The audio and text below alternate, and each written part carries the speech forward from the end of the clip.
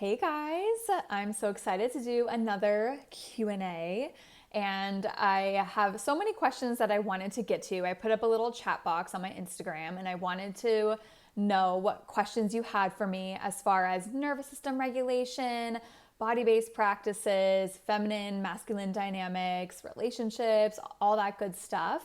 And I wanted to get into a bit more questions that you all asked. And we will get into it. Okay, so the first question is, I am in my masculine energy for the most part of my life. What should I do to heal my feminine energy? And yeah, I get this question a lot. And the reason why is because most of the women in my field have or identify with an anxious attachment style.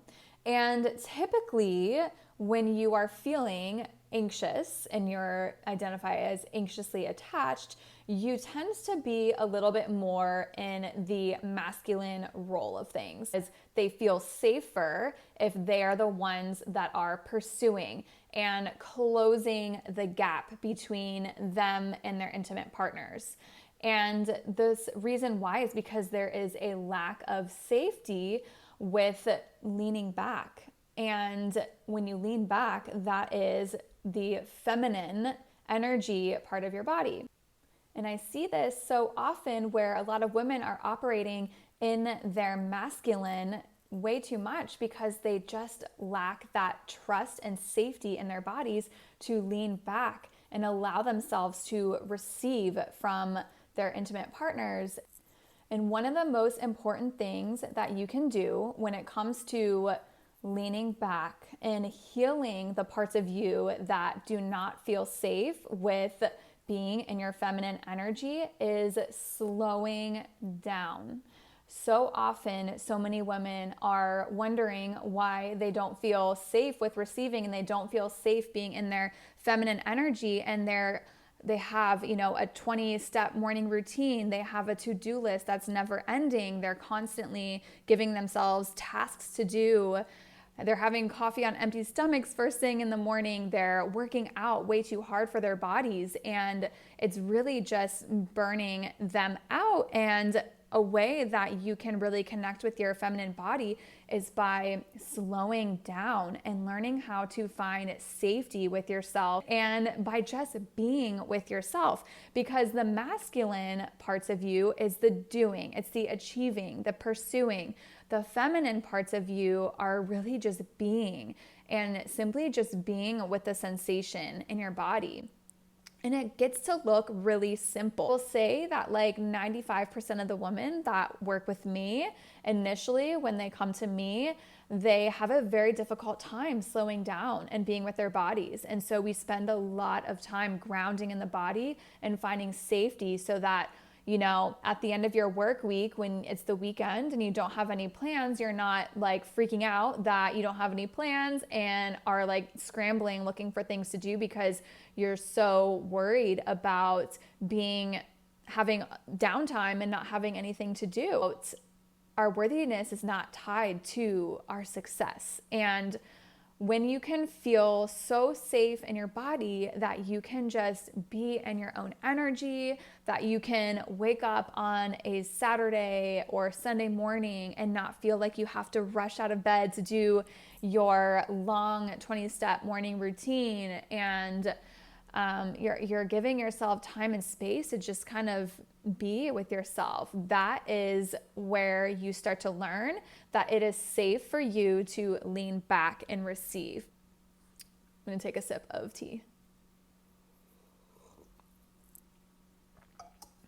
But if you're in that constant go, go, go, gotta do this, gotta achieve this, do that, it's going to be very difficult to receive from a masculine man. And there's so much to say about this. And what I will say is that my course, my program, the Body Focused Healing Program, will teach you how to find safety with yourself so that you can feel like you can relax and be in your body. And it's so possible for you. Okay, so the next question that I got is how to get out of years of the freeze, fawn, nervous system response pathway, and dissociation. I get this question also a lot in many different forms. And the freeze-fawn response from in your nervous system, it is one of the most misunderstood in our society. And that is because there's often a lot of shame and judgment around the person that does nothing. When your body is operating mostly in the freeze-fawn response,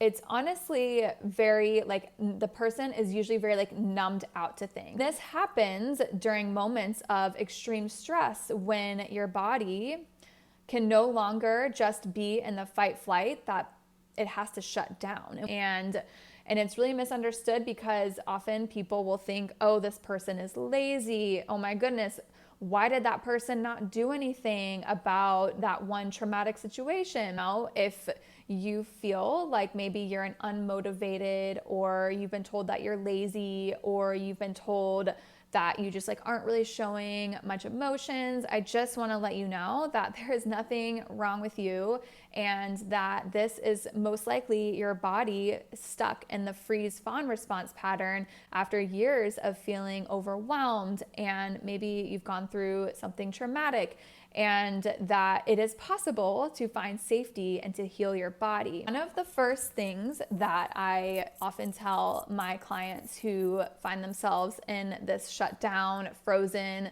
numb response pattern is how to connect to sensation in your body. Because often when you are really numbed out, you aren't really feeling things. And something that can help is just first by receiving your own touch. So you can take your hands and you can, squeeze your arms.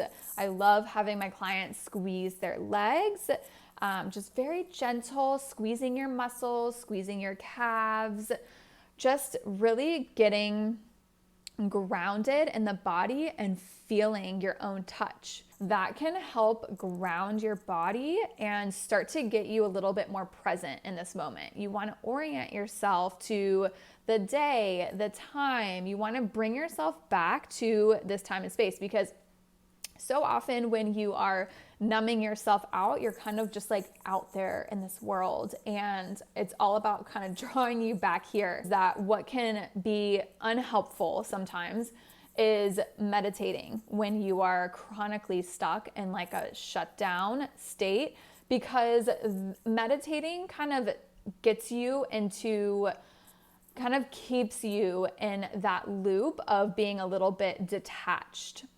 Meditating is really good if you find yourself more in like the fight or flight response pattern, and meditating can really help like activate your parasympathetic nervous system and help you ground in your body and like just be a little bit less reactive. And you are trying to regulate your nervous system from the freeze, fawn, and shut down. You want to bring movement and kind of move through the fight flight response before you get to that sense of safety. And that will totally make so much more sense inside of my program. The most important thing to remember, if you feel like you often kind of check out and numb yourself, and maybe you're even having a moment where you're like, okay, I'm scrolling on TikTok right now, and I'm doing that because I'm feeling really uncomfortable about something in my life right now, and I don't want to address it, and I just want to numb out from it. And it's really important to notice when you want to do those things, and it's important to bring yourself back to your body and connect to your body and move your body. And the second you start to move, even if it just means putting the phone down, getting off the couch, and like taking 60 seconds, 1 minute to like squeeze your body, where you just bring your hands to your thighs and you squeeze your muscles, you squeeze your calves. And then maybe after that, you start to feel a little bit better and you start to shake a little bit. And then you ask yourself, what is it that I am distracting myself from? You bring yourself back to a sense of feeling okay just by doing that little movement. You're able to look at maybe what you were running from and what you were numbing out from with some curiosity, with some compassion, and without judging yourself. So it's all about finding safety, finding enough safety in your body so that you can bring yourself back to yourself and take a look inside as to maybe what is pushing you to want to numb out. Maybe it's something as simple as needing to have a clearing conversation with somebody because you're just feeling really hurt. When you get back into your body, it's important to remember that these thoughts that you're having of maybe I am not worthy, I am not enough, when you're in that freeze or fawn shutdown state, when you change the way your body feels, it's going to change how you feel up in your mind. Okay, so next question. I'm still not over a fight with my boyfriend from 7 months ago. So this is all about resentment. When we are not over an argument that was, weeks ago, months ago, sometimes even years ago, this is your body expressing resentment. Is really sneaky because it can really lodge itself in our bodies and disconnect us from the people that we love.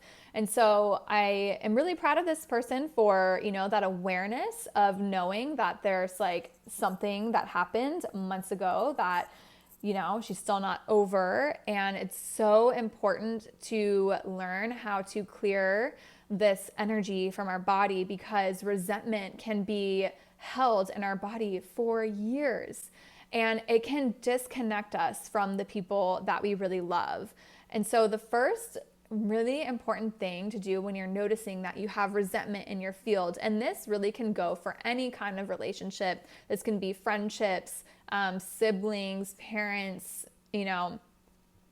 children. It can go so much more than just like our significant others because resentment is the energy in our body is just can feel really toxic. And when you're holding on to resentment, it can sometimes feel like you are winning the argument because you're like, oh, if I just stay mad at this person, then I win because I'm just so mad at this person. But really, it's like that quote, like when you are holding anger in your body against somebody, it's like drinking poison, hoping that it's hurting the other person. I can't remember how that quote goes, but it's something like that. And so, yeah, resentment can be a really heavy emotion in the body. And you want to clear that resentment from your physical body. So this looks a little bit like getting to know your body so well, building a lot of safety within your nervous system so that you can identify where in your body you are holding this resentment. And that takes time to build that safety and to get so connected to your body that you can feel where exactly it's like physically landing. Do you feel it in your stomach? Do you feel it in your shoulders, in your chest? People will get physical symptoms like headaches, nausea, pains, like shoulder tightness. Resentment can really cause some of these physical issues in our body.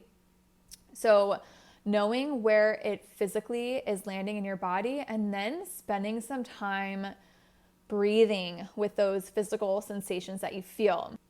It can help you identify where exactly to direct this forgiveness. Next thing is really taking responsibility for your end of things because every relationship, it's a two-way street.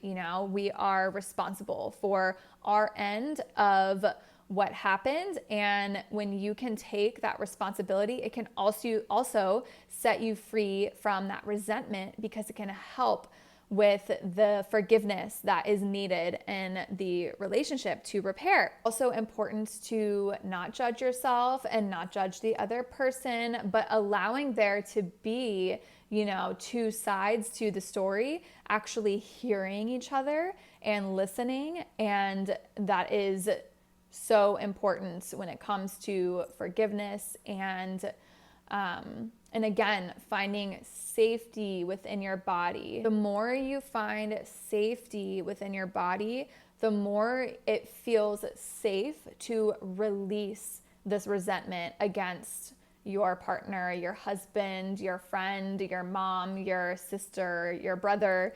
the more that you can find that safety within your own body, the more you can extend that forgiveness to the other person, yourself, and then have that clearing conversation where you communicate, you know, from a grounded place, and then you also give space to listen and to hear the other person.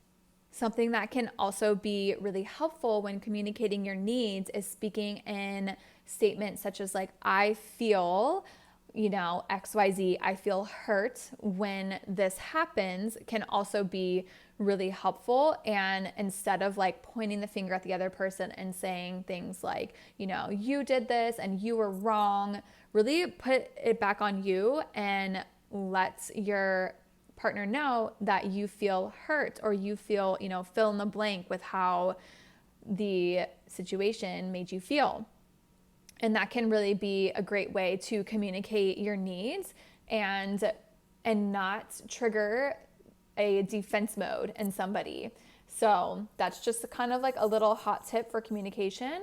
Really good at communicating our needs, because the better you can get at communicating your needs, the more likely that you're going to have a conversation that builds trust, intimacy, and helps you grow, versus communicating your needs from a really ungrounded place and, you know, maybe projecting over to somebody else. And something to know is that resentment really can be a silent killer of a relationship. And so the awareness in general of knowing that there's been like something between the two of you is really helpful. Everything all comes down to safety in your body. And if you can bring yourself to feel a sense of safety within, you can communicate your needs from such a grounded place, and that will really take you so far in your relationship.